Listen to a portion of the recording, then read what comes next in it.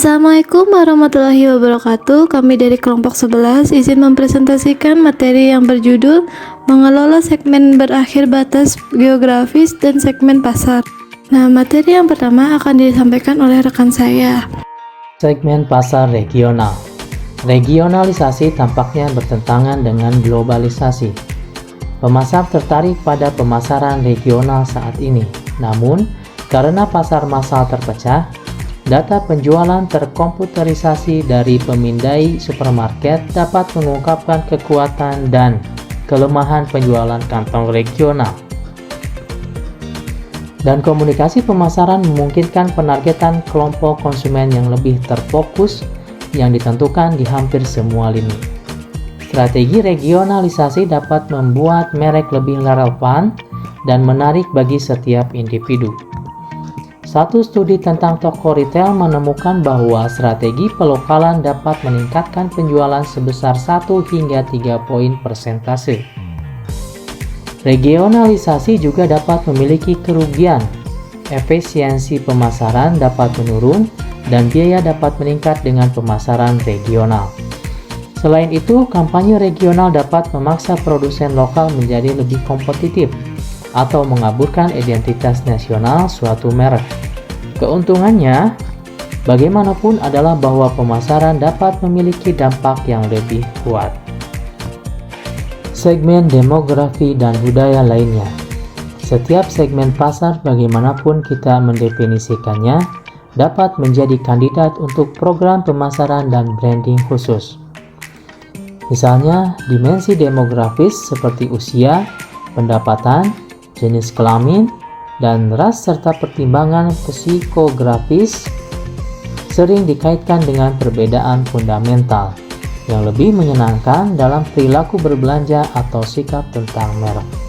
Perbedaan-perbedaan ini sering kali dapat berfungsi sebagai alasan untuk program branding dan pemasaran yang terpisah. Keputusan pada akhirnya terletak pada biaya dan manfaat dari upaya pemasaran yang disesuaikan versus fokus yang kurang ditargetkan. Alasan untuk menjadi internasional.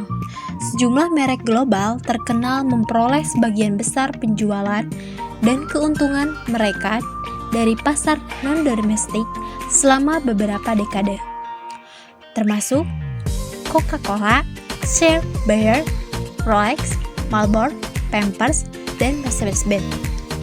Komputer Apple, kosmetik L'Oreal, dan kopi instan Nescafe telah menjadi pelengkap lanskap global. Keberhasilan mereka adalah salah satu kekuatan yang mendorong banyak perusahaan untuk memasarkan merek mereka secara internasional, termasuk yang berikut. Persepsi tentang pertumbuhan yang lambat dan persaingan yang meningkat di pasar domestik. Keyakinan akan peningkatan pertumbuhan luar negeri dan peluang keuntungan. Keinginan untuk mengurangi biaya dari skala ekonomi. Perlu diversifikasi risiko. Pengakuan mobilitas global pelanggan. Selanjutnya ada keunggulan program pemasaran global. Sejumlah keunggulan potensial melekat pada program pemasaran global secara umum. Semakin sedikit perbedaannya dari satu negara ke negara lain, semakin banyak keuntungan ini akan terwujud. Skala ekonomi dalam produksi dan distribusi. Dari perspektif sisi penawaran atau biaya, keuntungan utama dari program pemasaran global adalah efisiensi produksi dan biaya yang lebih rendah yang berasal dari volume produksi dan distribusi yang lebih tinggi. Biaya pemasaran lebih rendah. Serangkaian keunggulan biaya lainnya muncul dari keseragaman dalam pengemasan, periklanan, promosi, dan aktivasi komunikasi pemasaran lainnya.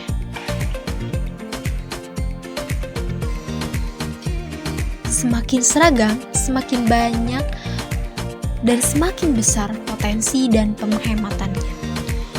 konsistensi dalam citra merek, mempertahankan platform pemasaran bersama di seluruh dunia, membantu menjaga konsistensi merek dan citra perusahaan.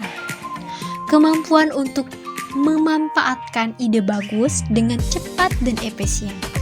Seorang pemasar global mencatat bahwa globalisasi dapat meningkatkan keberlanjutan dan memfasilitasi pengembangan kompetensi inti yang berkelanjutan dengan organisasi di manufaktur. Keseragaman ini adalah keseragaman praktik pemasaran. Akhirnya, program pemasaran global yang terstandarisasi dapat menyederhanakan koordinasi dan memberikan kontrol komunikasi yang lebih besar di berbagai negara. Kerugian program pemasaran global. Mungkin kerugian yang paling menarik dari program pemasaran global standar adalah bahwa mereka yang sering mengabaikan perbedaan mendasar dari berbagai jenis lintas negara dan budaya.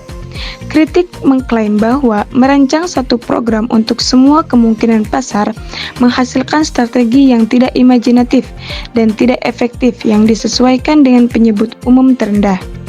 Kemungkinan perbedaan antar negara yang datang dalam berbagai bentuk seperti yang akan kita bahas selanjutnya. 20 strategi produk yang berhasil di satu negara mungkin tidak berhasil di negara lain. Tupperware yang menghasilkan sebagian besar penjualan tahunannya di luar negeri, 57% dari pasar negara berkembang harus menyesuaikan produknya untuk memuaskan perilaku konsumen yang berbeda. Di India, wadah plastik yang dipasangkan dengan sendok menjadi penyimpan masalah bumbu.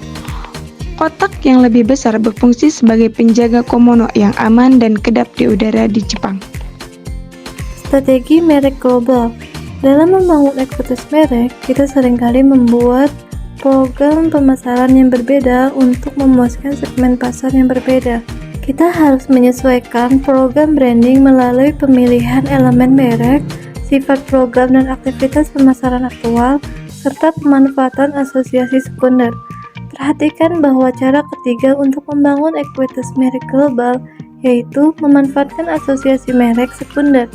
Mungkin yang paling membutuhkan perubahan lintas negara karena entitas yang terkait dengan merek dapat memiliki arti yang sangat berbeda di negara yang berbeda. Misal, perusahaan Amerika Serikat seperti Coca-Cola, Levi Strauss, dan Nike secara tradisional memperoleh sumber ekuitas yang paling penting untuk pergi ke luar negeri berdasarkan warisan Amerika Serikat mereka yang bukan merupakan masalah atau aset di pasar domestik mereka.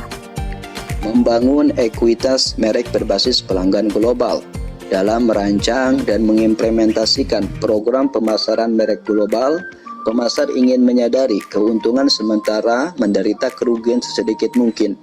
50 bagian ini mengeksplorasi lebih detail bagaimana membangun merek global yang kuat secara taktis dengan mengandalkan 10 perintah global branding. 10 perintah global branding.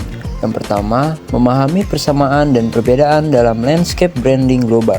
Yang kedua, jangan mengambil jalan pintas dalam membangun merek. Yang ketiga, membangun infrastruktur pemasaran. Yang keempat, merangkul komunikasi pemasaran terpadu. Yang kelima, menumbuhkan kemitraan merek. Yang keenam, standarisasi dan kustomisasi saldo.